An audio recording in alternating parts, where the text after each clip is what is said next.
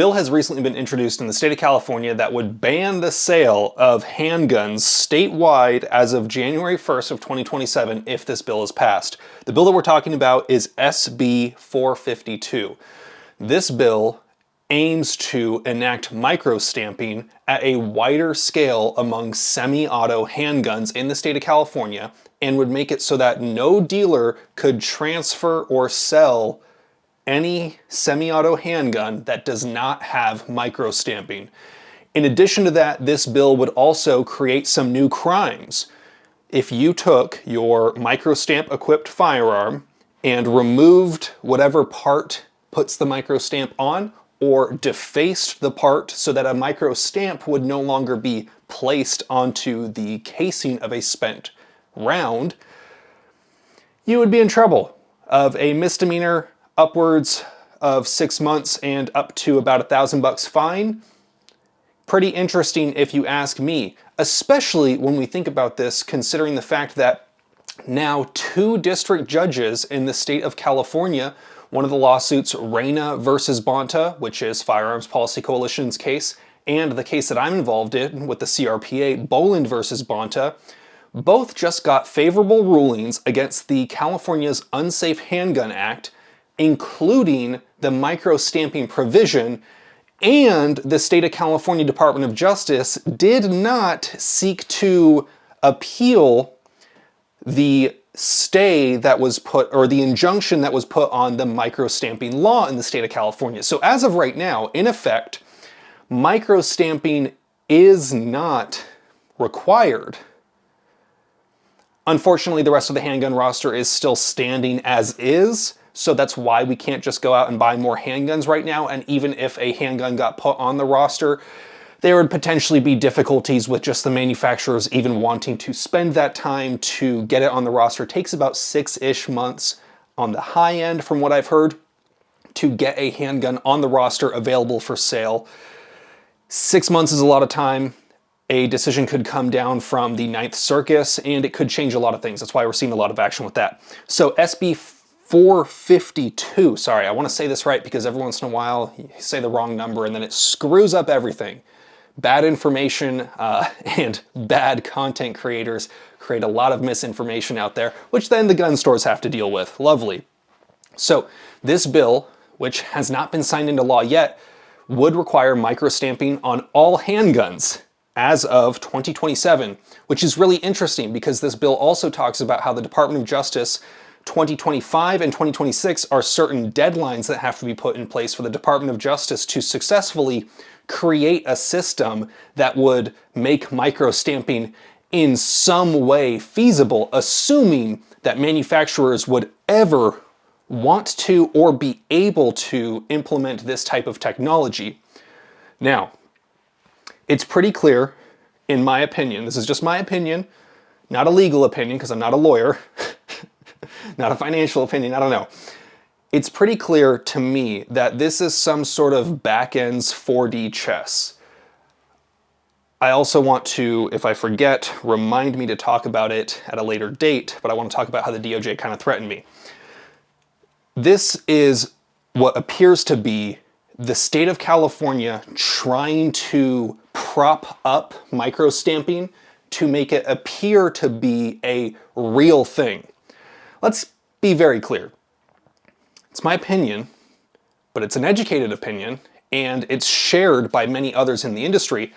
Microstamping is not a thing. Microstamping does not exist outside of one-off, individual manufactured firearms that are capable of creating a stamp that is micro. Yes, there are a lot of micro things out there.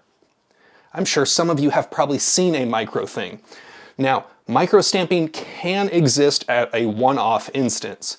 Microstamping, as far as it being a feasible or desired feature in a semi-auto handgun at a wide scale, does not exist. It just does not exist. It's not a real thing. This appears to be the California Department of Justice trying to say, no, look, there's all these systems in place. There's all these systems in place. Microstamping is totally legit, guys. Look, Ninth Circus, we know that you're going to side with us. We're just giving you the ammunition to side with us because, look, and In their committee analysis, they also went on to talk about how this is separate from the Unsafe Handgun Act, as if it somehow works around the fact that micro-stamping was struck down. Changing where you put the law does not change whether a law is or isn't unconstitutional, and does not change whether or not these laws were ruled unconstitutional by multiple judges. Multiple judges in the state of California, 2 of them. You got 2 judges that said it. And now both those cases are going to potentially be heard by the Ninth Circuit and appealed and appealed and appealed and appealed and appealed, and maybe someday we'll have normal handguns in the state of California. I'm a little excited. I had a little bit too much caffeine today. Also, I just want to make this video a little bit faster. So let's talk about how I personally feel. I have to be very clear. What I'm about to talk about is all just how I perceived things and my opinions. I think the state of California Department of Justice tried to threaten me during the cross-examination when I testified in the Boland versus Bonta court case. I have built a variety of single-shot handguns in the state of California. To do that, you need to apply for a serial number using the UNSA system. Once you get that serial number assigned to you, you then have to put it on your unfinished frame or receiver, or whatever method that you're using to build a firearm. You have to build the firearm and put that serial number on it. There's a period of, I think, 10 to 15 days that I think you have to do that. And once you do that, you then have to send photos to the Department of Justice, left side, right side, close up of the receiver, and then close up of the serial number, I believe. I think it's 4 or 5 photos that you have to send in. I can't remember off the top of my head. But you have a very short period of time to do that. From the time that you get the serial number to the time that you have to send in all your photos, I think it's less than a month, right? So that's our time frame that we have to work with. Once you do that, on the DOJ's website, the photos will say images in review as your status, meaning that the Department of Justice has received your application, received your confirmation that you've built these guns. It's all totally legal. They just have to review it and finish it, right? I did that. I did that 5 or 6 times, I believe, for a variety of firearms. The rifles, or rifle that I've built, I think, that gun, images in review to processed and everything, took less than a month or so. I think there were 4 or 5 pistols that I built. Can't remember off the top of my head. Some of them I built about 2 years ago. Some of them I built about 6 months prior to the court case, sometime in like June or July, I think, in 2022. I believe it was August that we initially filed this court case. In December, we filed for a preliminary injunction. Late December, we got a court date set for January. January 20th or 21st, around then was our court date. About a week and a half prior, all 5 of my serial number applications and everything went from images in review to approved on the same exact day, about a week and a half before the court date was set.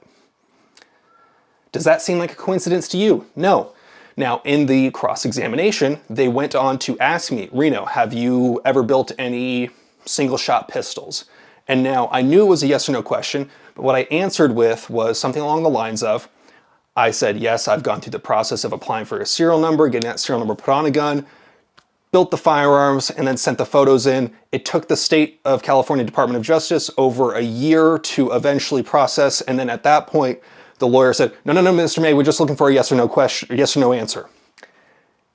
They were trying to, in my opinion, get a rise out of me. They were trying to make me nervous, trying to make me feel like I did something I shouldn't have. I'm not in jail. I've never been arrested. I'm here.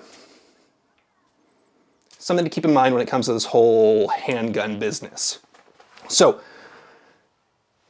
if this bill passes, it is still going to have to be reconciled with the fact that there are now 2 court cases that are making progress with eliminating the roster's requirements and potentially just eliminating the roster entirely. I think this is them also trying to back up and make it seem like micro-stamping is legit so that they can potentially have more action in their court case. But ultimately, we all know that this is an infringement. There is no analogous law that is similar that can be compared to this. I'm not aware of any analogous law. If there was an analogous law, in any of these court cases, the DOJ would have brought that up. But they didn't, because they can't, because it doesn't exist. Let me know what you guys think down below. You guys know the drill. Have fun, be safe, stay dangerous. Peace.